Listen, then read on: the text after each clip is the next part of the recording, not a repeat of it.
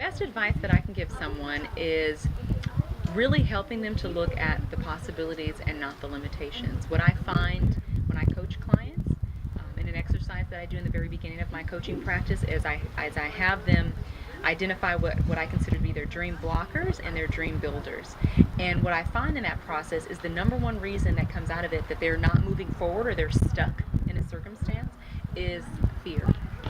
And so what I try to get them to understand as we partner together is fear is always going to be a stopper. It's always going to be a blocker. You have to overcome that, and you have to begin to look at the possibilities and not those limiting beliefs and not those limitations. So for me, it's really helping my clients and people to see the possibilities and not the limitations.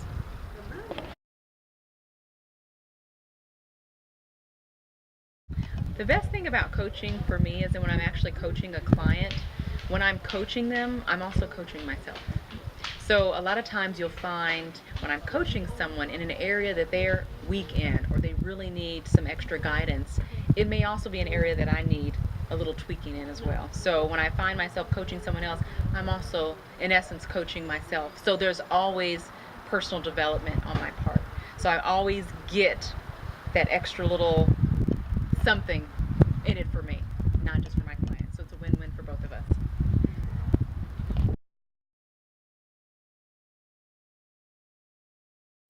Well, most of the clients that source me out for help are really in transition.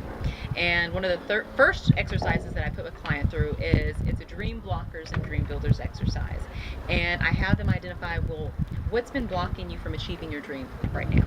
And we identify that on paper. So they actually sit down and they physically write down what's potentially been blocking them from achieving a certain goal or reaching a certain dream.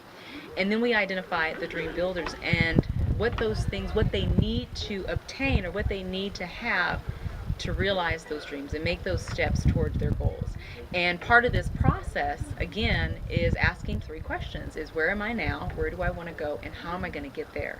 And so once they identify what's been blocking them, they can now begin to start that process of, okay, here I am, and here's the steps that I need to get me there. And these builders are what's going to help me get there.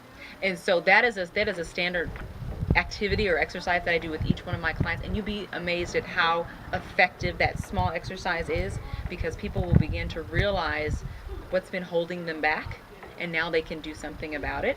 So in part, the rewarding part for me is going through that process with them and seeing that transformation happen right in front of me.